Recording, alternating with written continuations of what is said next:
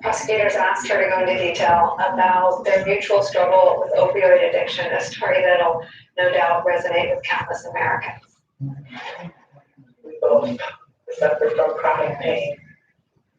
Mine was in my neck and his was in his back. We got addicted and tried really hard to break that addiction many times. And over how long of a period did this struggle go on for both of you?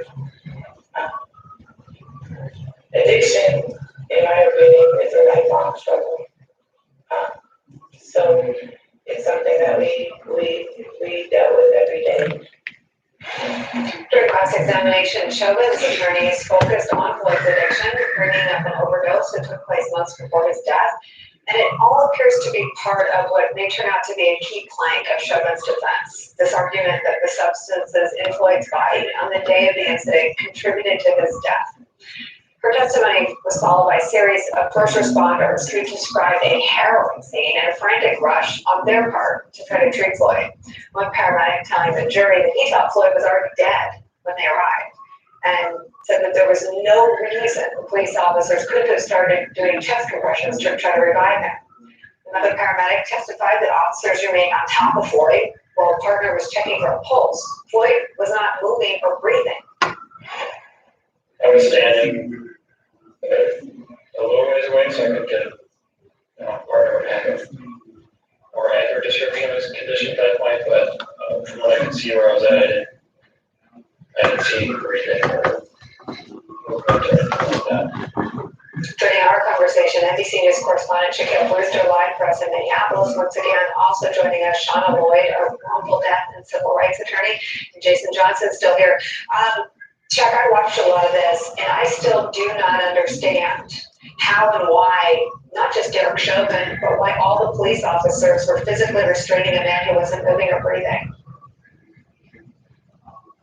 It makes you get a sense of the frustration that you saw from the bystanders that we heard from the past 3 days of testimony. Today it shifted a little bit. We didn't hear from those main bystanders. We heard from the girlfriend of George Floyd, someone who knew him extremely well, who started her testimony and became emotional almost instantly, talking about their first dates, talking about his love for sports, and also talking about their struggles with opioids, how she deals with chronic neck issues. George Floyd suffered from chronic back problems as well, and that led into an opioid epidemic, an opioid addiction rather.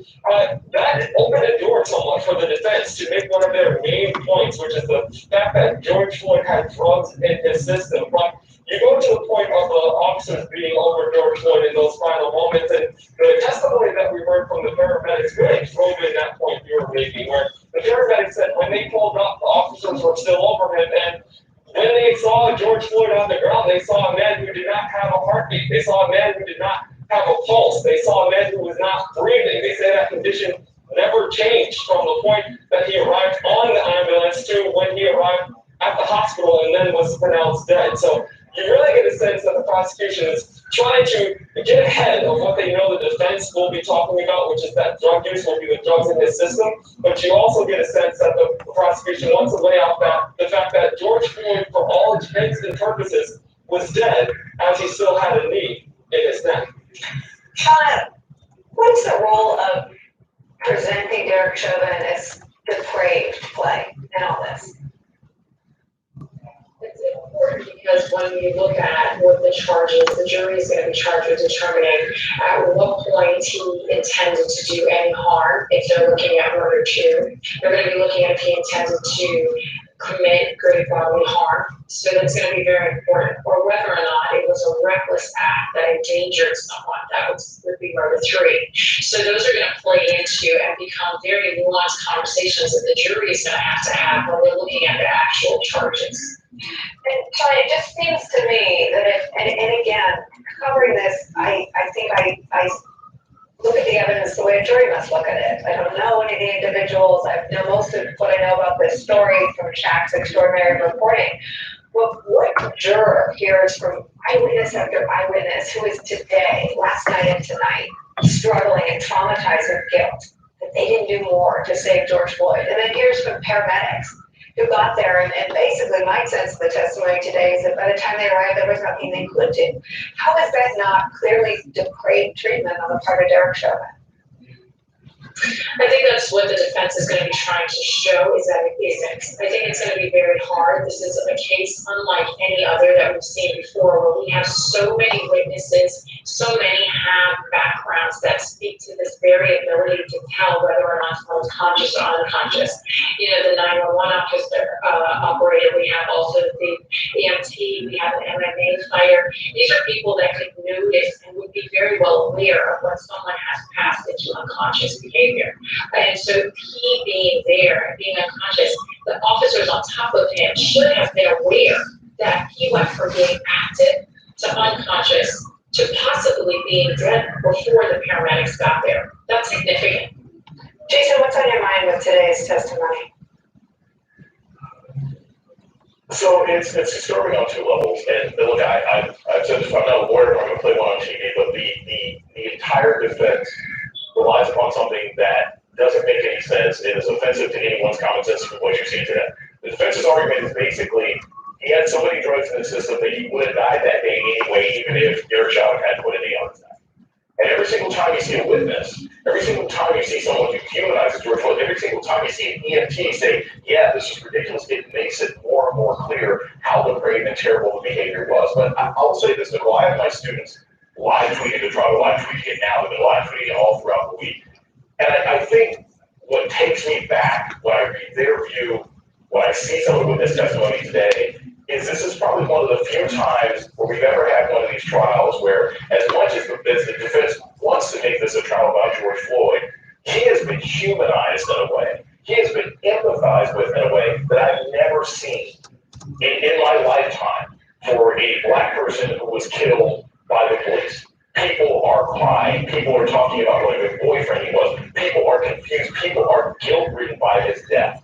And as terrible as I think this whole situation is, and as much as I think that Derek Chauvin is eventually going to be found guilty as a sacrificial lamb on a makeup call that won't do anything about our overall justice system, I'm at least somewhat mollified by the fact that we didn't see hours and hours of testimony trying to tear this man down who's already given up the greatest thing he could give up, which is his life, so that somebody else can actually learn something and maybe make some changes in the future of this country. Jack, to Shauna and Jason's point about what the legal questions will center around for this jury, what they'll at the end of this be asked to make a determination of, it is this question of how George Floyd died. And yesterday I likened it to the COVID death. People can't, sometimes people on the right try to say, oh, they had pre-existing conditions. 545,000 Americans died of COVID, not pre-existing conditions or old age. This is the statement about George Floyd's drug use and addiction, which was, again, we should point out, argues presented by the prosecution in the strategy of pulling this out and telling it in their own words. Let me read the Floyd family statement. As the defense attempts to construct the narrative that George Floyd's cause of death was the fentanyl in his system, we want to remind the world who witnessed his death on video that George Floyd was walking, talking, laughing, and breathing just fine before Derek Chauvin held his knee to George's neck, blocking his ability to breathe and extinguishing his life for all to see. Tens of thousands of Americans struggle with self-medication and opioid abuse and are treated with dignity, respect, and support, not brutality. We fully expected the defense to put George's character and struggles with addiction on trial because that's the go-to tactic when the facts are not on your side. Do you have, I know you're getting the full reports from the courtroom, but between the family statement and the testimony today, do you have a sense that the prosecution feels like they did what they set out to do today in terms of framing his past drug use and his drug use on that day in their own terms? I think that's something we have to evaluate in the long term because we're not really hearing much from the prosecution outside of what they're doing in court. I will say in terms of what we're seeing in court and what we're hearing from the reporters that are in there, remember just 2 reporters, so we're relying on their accounts, you get a sense that this is very disturbing stuff for some of the jury. I mean, if you're watching this trial, if you've been watching this trial throughout the day on MSNBC, I can tell you that you're not really seeing many of the images. There are some images that we can see played in court, some of those exhibits that are chilling graphic, that will scar many people, that we have done a good job of not showing and not exposing our viewers to that, but the jury is seeing she says, has her hand covering her mouth while watching the video of George Floyd being rolled over onto the stretcher and then placed onto the ambulance. You see another account where it says all jurors are watching the video. All of them stop taking notes as they watch some of the video of George Floyd trying to be resuscitated by some of the paramedics. It gets really graphic in that courtroom, and I think when people see those images, and especially you have these jurors who, some of them in jury questioning express concern about having to look at some of those graphic images, it's something that will definitely touch them. Whether or not, what that means in terms of the legal aspect of it, I think that remains to be seen. Remember, we still have we still have the defense that needs to bring their arguments forward. They have their own witnesses, and they'll have their own accounts that they'll make. Shauna, I'm going to give you the last word. Can you take us inside what you would be thinking if you were on either side? What would you be thinking at this point in the day if you were on the prosecutor's team, and what would you be thinking if you were on the defense team? If you're on the defense team, you're going to be assessing the damage. You're assessing the emotional impact that these statements are making, that these witnesses are making. But you're always going to have to take a very gentle road with dealing with these type of witnesses because they are emotionally charged. So you don't want to alienate the jury. So they're going to be looking to bring up the facts, just like he did with George Floyd's girlfriend. He's going to bring up the fact that yes, there was illegal drug abuse. He had an overdose, but you have to do it teasingly. You're going to see a very big difference, I think, when he begins calling witnesses, because right now it is the prosecution's case. When you're looking from the side of the prosecution, you're looking at framing everything that they hear from this point after, from the view of the testimony that we've heard so far, from the view of the bystanders, from the view of the paramedics. You want, even the girlfriend did a very good job at humanizing George and their struggle, as so many Americans are struggling with this opioid crisis. So it's humanized him, and so everything you hear thereafter is going to be put into that framework, and that's the structure of the way they're going to continue presenting information. NBC, Shaquille Brewster and Shauna Lloyd, thank you both so much for joining our coverage. Jason's sticking around. The man arrested for the brutal beating of an Asian woman in New York City has been charged with multiple hate crimes, but the community is feeling no relief today. Talk about that crisis next.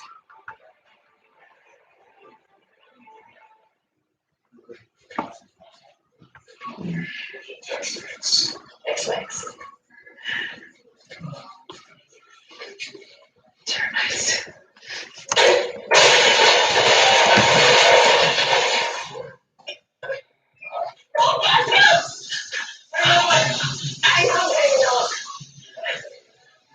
Don't mess up your dick with Tex-Mex. It's Terminex. The only way to fix it is to Terminex. We started with computers. We didn't stop at computers. We didn't stop at storage or cloud. We kept going, working with our customers to enable a kind of technology that can guide an astronaut back to safety and help make a hospital come to you instead of you going to it.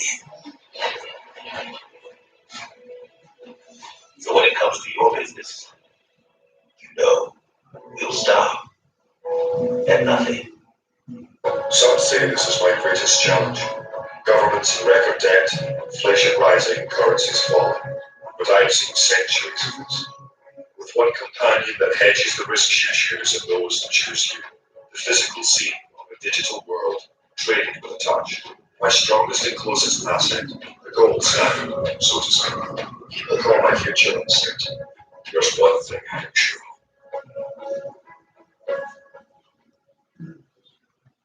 America has fostered a free and accessible internet. It grows our economy and strengthens our national security. How our leaders respond to tech concerns will shape the internet of the future. Privacy, national security, American innovation. The stakes are high. Smart regulation will strengthen confidence in America's tech industry and promote our values around the world. Our leaders in Washington can help ensure that America preserves her competitive edge. Learn more.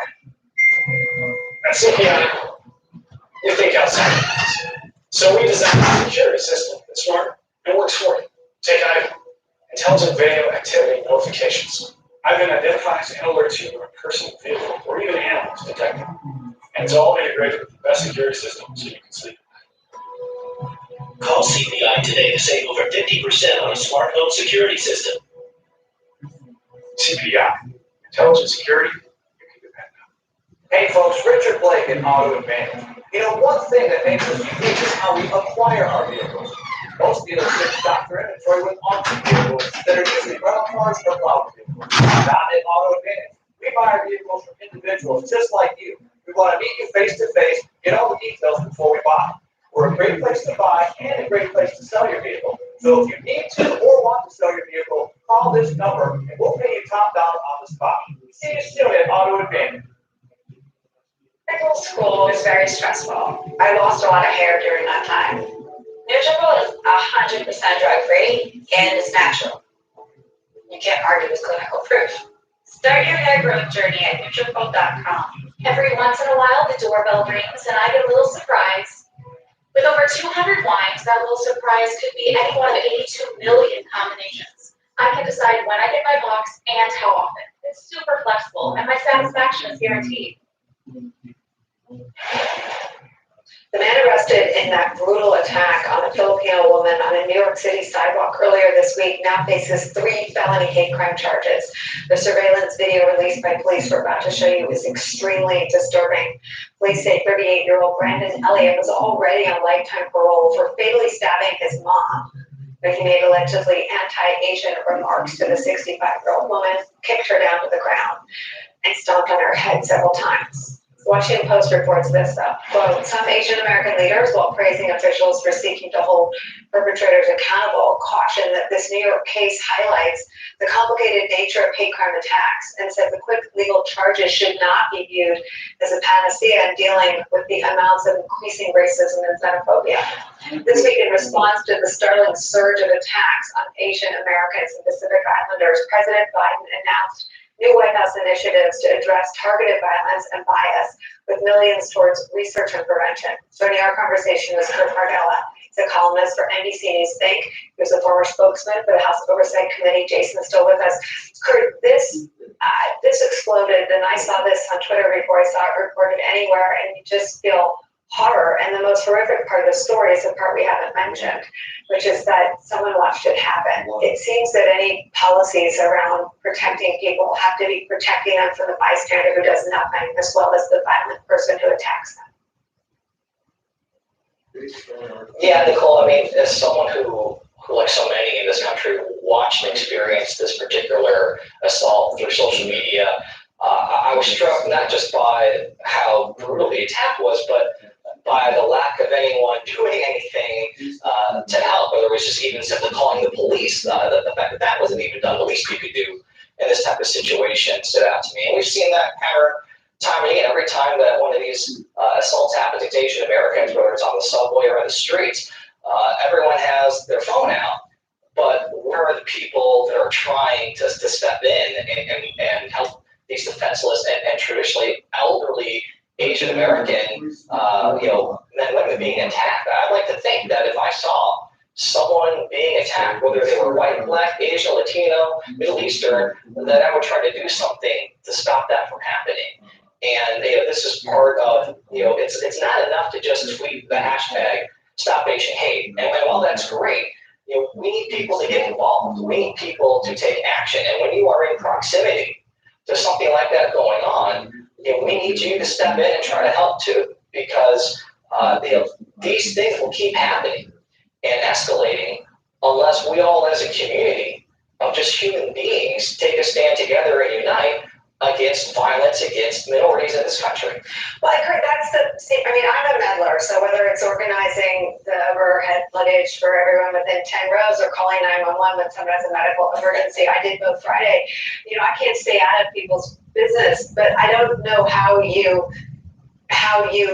legislate that. How do you create policies that, because to me, both crimes seem to be justifying the same kind of policy response. The criminal needs to be charged and prosecuted, the alleged criminal, but the bystander needs some sort of treatment as well, because it's the bystander that makes the difference oftentimes whether someone lives or dies or is even caught. So how do you capture the bystanders and change their behavior? It reminds me of that saying that for evil to triumph, all that is required is for good people to do nothing. And that's what it really feels like a lot of the time. And, obviously can't make it a crime to not do something, I suppose. But we have to, again, we can't just have what we call performative activism, doing the least amount possible. If you really care about change, if you're really passionate about equality and justice in America, then it takes more than just posting something on Instagram or on Twitter. It takes more than doing the performative least threshold possible to get involved. It requires you to be aware. It requires you to look within your own world and your own community at what injustices are happening and taking a leadership role in trying to right those wrongs. And it also requires that we have a better sense of the historical context of what's happening. Violence against Asian Americans is not new in this country. It didn't just happen over the last year. Watching the trial right now going on in the effort to get justice for George Floyd, I think back to 1982 in Michigan when Vincent Chin was murdered by two white guys and got off with just a $3,000 fine and no justice for Vincent Chin at all. The pursuit of justice is something that is widespread amongst all communities of color, including Asian Americans, and we all need to understand and really do our due diligence in learning about the history and context of what's going on. Because just because it hasn't been leading the news for the last 30 years doesn't mean it's not something that people look like me have been living with for all of our lives. It's a really important point. Kurt Brunella, thank you for being part of our coverage today. Jason and I are going to dig back into that very trial, murder trial of Derek Chauvin. Let's watch. This time, I'm going to ask to publish Exhibit 266, and I'm also going to ask to publish 265. They're two different renditions of the same conversation. In Exhibit 266, you will see the body position of the defendant as you're having this conversation. In the next exhibit, you'll hear the audio. Yes, sir.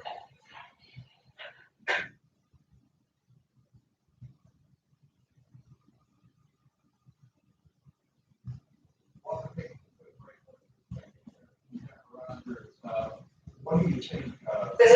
This is a quick sidebar. We're back in, Jason, we're listening to testimony about this first interaction among law enforcement with Derek Chauvin.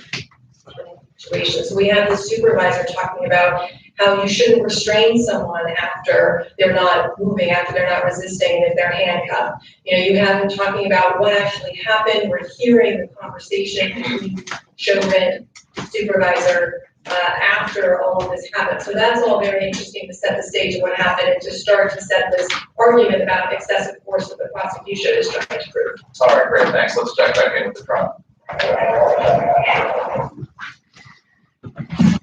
Did you recognize your own voice in that clip, or was that kind of hard to hear? It was hard to hear, but it sounded good to me. Okay. And you saw that Officer Chauvin, the defendant, was leaned up against your squad car.